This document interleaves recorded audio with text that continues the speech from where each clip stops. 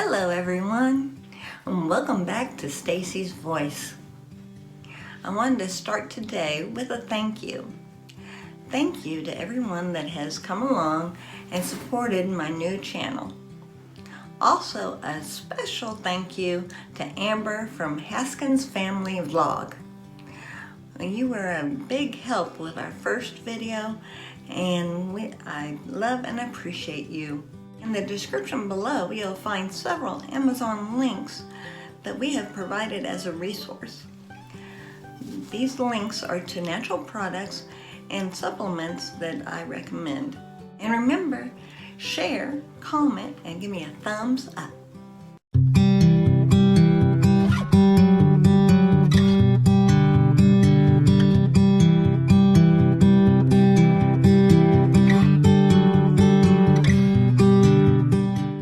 The next few weeks after the initial diagnosis, I could hardly catch my breath.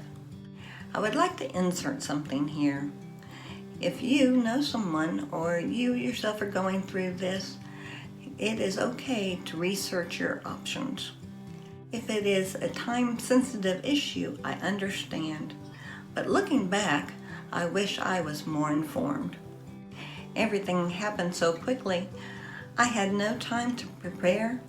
I had no time to research. My only option was to listen to the doctor. I had stage 4 cancer and things seemed to be moving very quickly. All I knew is that I felt like I was in a nightmare and wanted to be well as soon as possible. The appointment with the bone oncologist was to outline the next steps. We would do blood work, a P.E.T. scan, and a biopsy. If you don't know what a P.E.T. scan is, I didn't either. P.E.T. stands for positron emission tomography.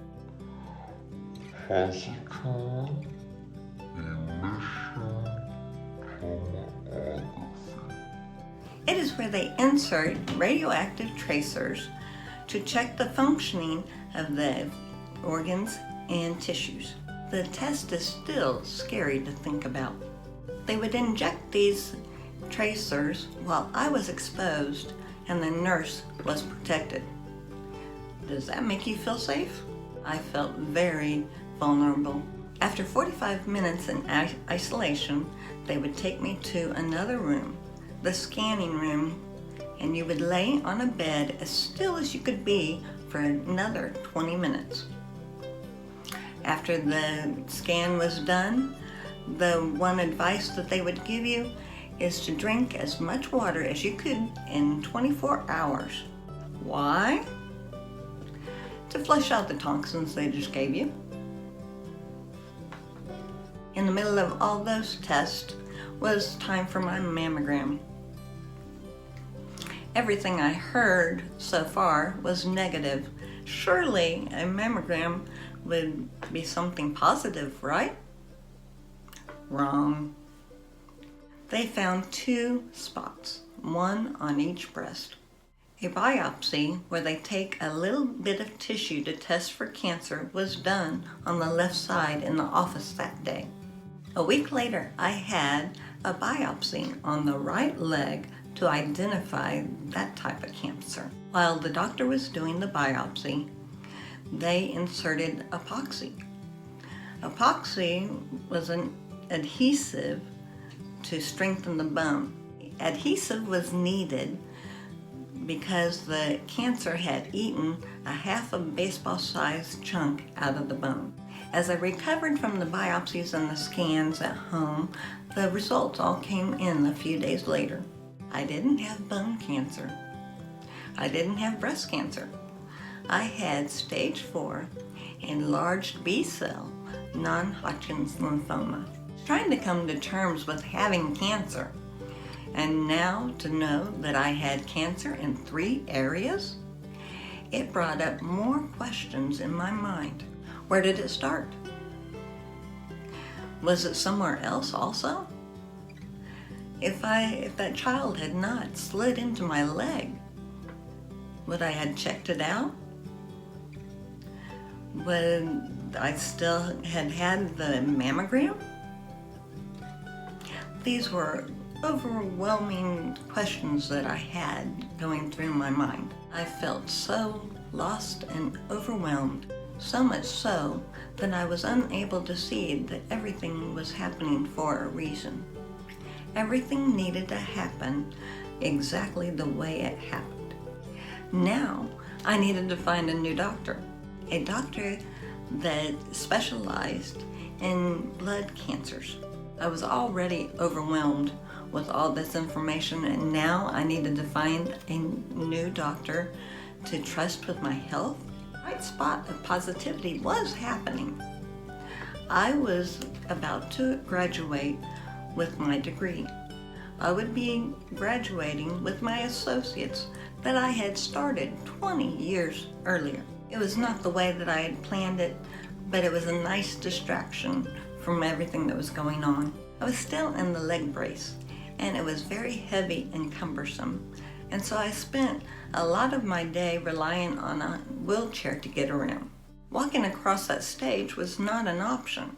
There was no way that I could walk across the stage to get my diploma. My scholarship group was having a smaller ceremony that I felt more comfortable with, so I participated in it. It was the little things like this that meant a lot. This was something huge that I had accomplished that cancer could not take away from me. After the time of celebration had ended, reality set back in.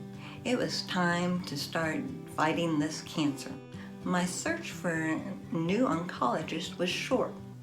Little did I know that an angel would come down and help us at just the right time. Amazing how God works. We had a hematologist on the school board at the school that I worked at. He graciously took me under his wing, and together we were going to conquer cancer together. The day came for my first appointment with my new oncologist. As I arrived here, I had many initial thoughts. My reality was right here in this parking lot full of cars. My husband and I walked into the building, and I could see that it was overflowing with people of different ages. These were my fellow cancer fighters with their supporters to help them. I could tell that some were in the midst of their battles, and others didn't look sick at all. I was not the only one going through this. Suddenly, I didn't feel alone, but it was not comforting to me.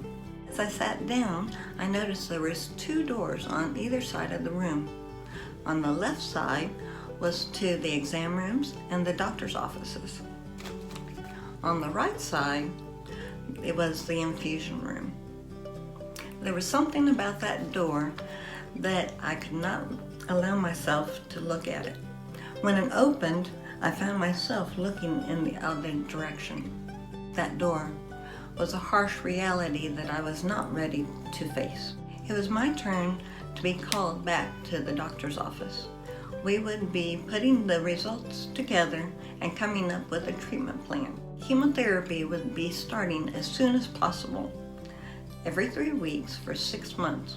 Then we would do a scan to check for progress. This office was going to be part of my routine for a while, something that I was going to have to get used to. Heading towards the exit, I still could not look in the infusion room door. Something about that room I just didn't want to face. The reality that even if I didn't feel sick, I was sick. Very sick. One truth I had, even though I didn't know what the future held, I knew who held the future. Thank you for being here today. And if you have any first impression oncology appointments that you would like to share, be sure to comment or email your story to me. And remember to share, comment, and give me a thumbs up.